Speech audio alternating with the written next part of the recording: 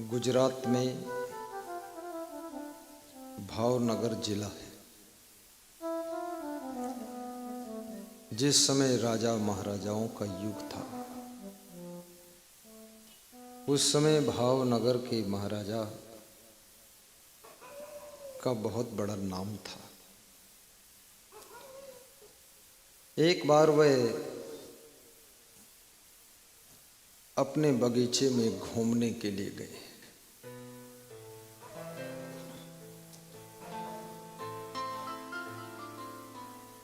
आम का बगीचा था। प्रेम से बैठे थे।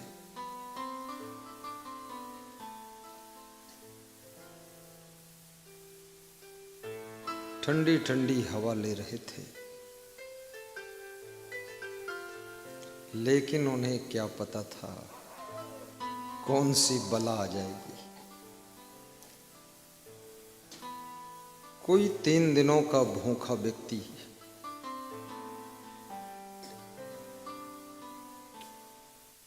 उस बगीचे के बाहर, बाउंड्री के बाहर सड़क पर निकल रहा है। कुछ आम के पेड़ों की डालें, शाखाएं बाउंड्री के बाहर भी झूम रही है, जिनमें पके पके आम के फल लगे। उन फलों को देखकर उस भूखे आदमी का मन डगमगा गया। सड़क से एक पत्थर उठाया और पत्थर जोर से आम के पेड़ पर चलाया।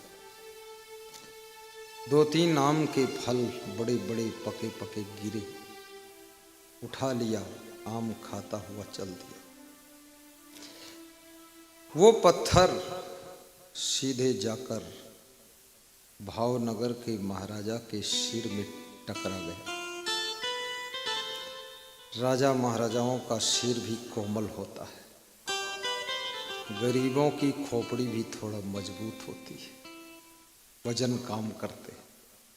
सिर फूट गया, खून बहने लगा। सिपाही बहुत क्रोधित हुए।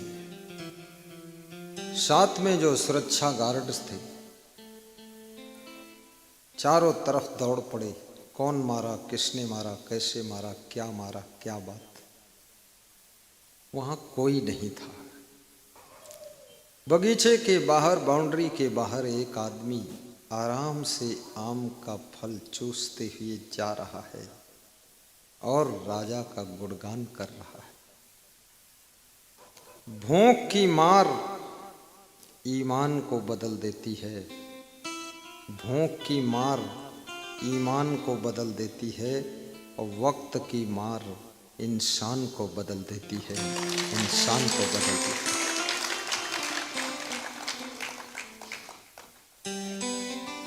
सिपाहियों ने उस व्यक्ति को पकड़ा, गिरफ्तार किया और खींचकर भावनगर के महाराजा के पास लाए।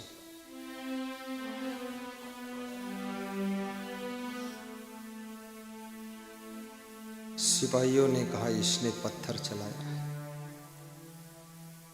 भावनगर के महाराजा ने पूछा, तूने मेरे सिर में पत्थर क्यों मारा?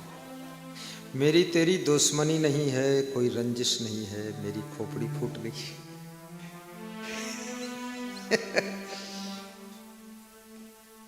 पत्थर फेंकने से पहले, ईंट फेंकने से पहले, बंदूक की गोली चलाने से पहले सोच लो ये कहां तक खतरा कर सकती है।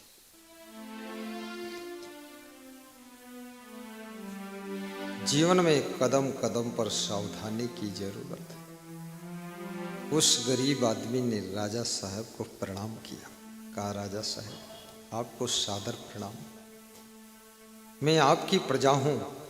प्रजा पुत्र के समान होती है। मैं गरीब हूं, ये मेरा भाग्य है जो भी है, लेकिन आपके पुत्रवत प्रजा का एक व्यक्ति हूं, 3 दिनों का भूखा हूं।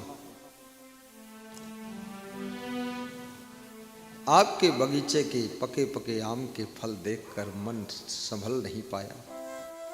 एक पत्थर चला दिया मैंने, 2-3 फल गिरे, मैं खाता हुआ चल दिया, लेकिन राजा साहब वही पत्थर आपको लग गया। अब मैं क्या करूं, क्षमा करना। सिपाहियों ने कहा इस टैंकर को बंद करा दो, 1 घंटे बाद लाएंगे इसको। सिपाहियों ने कहा कि राजा साहब आदेश करो, इसको जान से मार दूं, 100 कोड़े लगा दूं, उठक बैठक कराऊं, या इसकी भी खोपड़ी फोड़ दो, आपका जो आदेश हो। राजा सोच में पड़ गया। बड़े लोग बड़े विवेक से फैसला लेते हैं, और जो बड़े विवेक से फैसला लेते हैं वही लोग एक दिन बड़े लोग बनते हैं, बड़े लोग बनते हैं।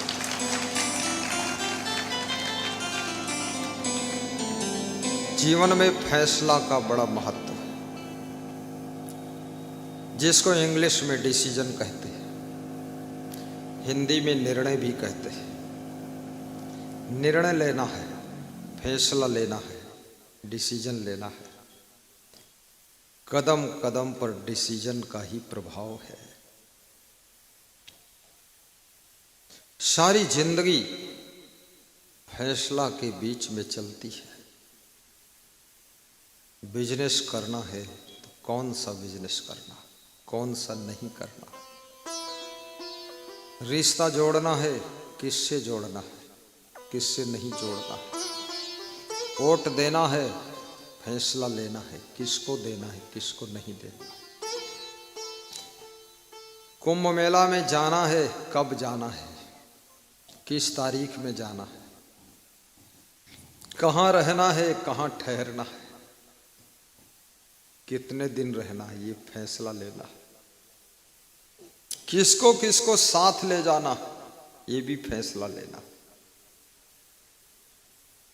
एक सज्जन कह रहे थे मेरी दादी माँ आना चाहती थी पर मैं उनको लाया नहीं। मैंने कहा क्यों नहीं लाया? बोले आ तो जाती वह, लेकिन लौट कर नहीं जाती। हमने कहा लौट कर क्यों नहीं जाती, यहाँ कहाँ रहती? अरे बोले यहीं मर जाती।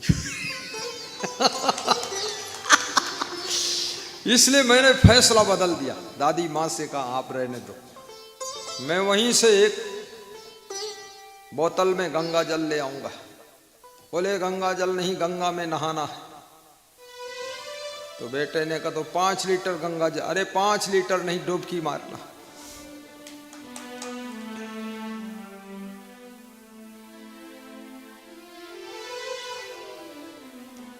गंगा जल का भी एक अलग महत्व है।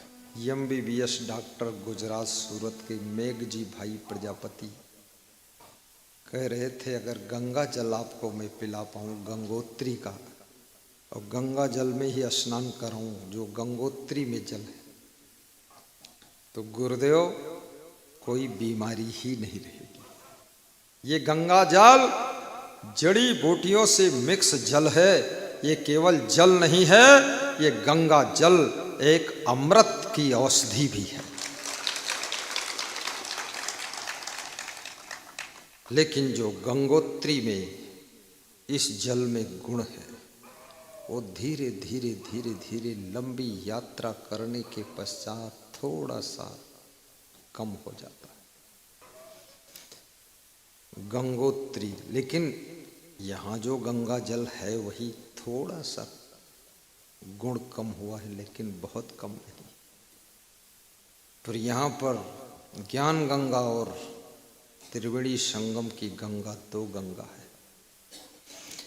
वे तो तुम समझदार हो जो ज्ञान गंगा में बैठे हो, नहीं तो बहुत लोग सुबह से उधर ही घूम रहा है।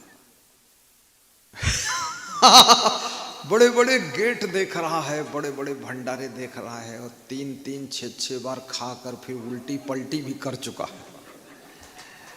तबीयत भी खराब हो गई है, उधर हॉस्पिटल में भर्ती है। घर के लोग इंतजार कर रहे हैं कहाँ डूब गया कि क्या हुआ। शाम तक लंगड़ाता लंगड़ूता आएगा, बोलेगा ये हुआ वो हुआ। गंगा स्नान कर लिया तुमने, लेकिन यदि ज्ञान की गंगा में स्नान नहीं किया तो याद रखना कुंभ मेला का पूर्ण फल नहीं प्राप्त होगा। ज्ञान की गंगा में भी स्नान।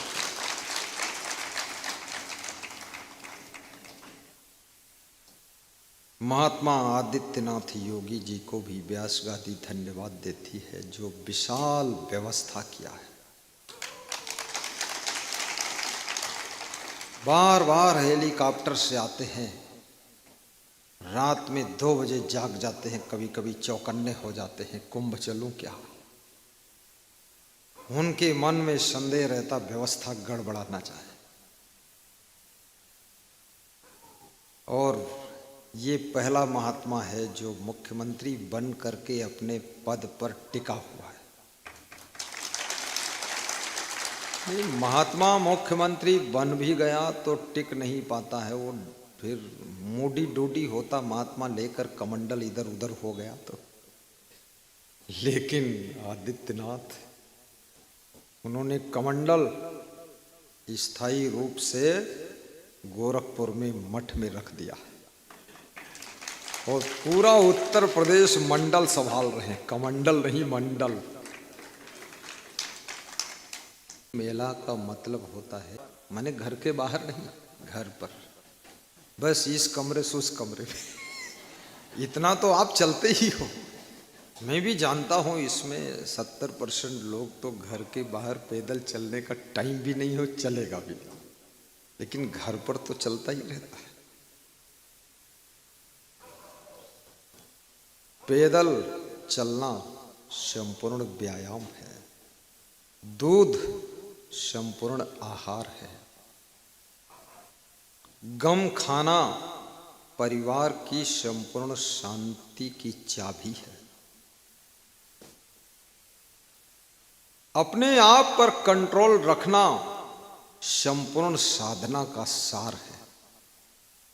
कभी क्रोध आता है, खुद पर कंट्रोल भी बनाए रखो, उसकी मात्रा को समझते रहो, बेतहाशा आग बबूला मत हो जाना।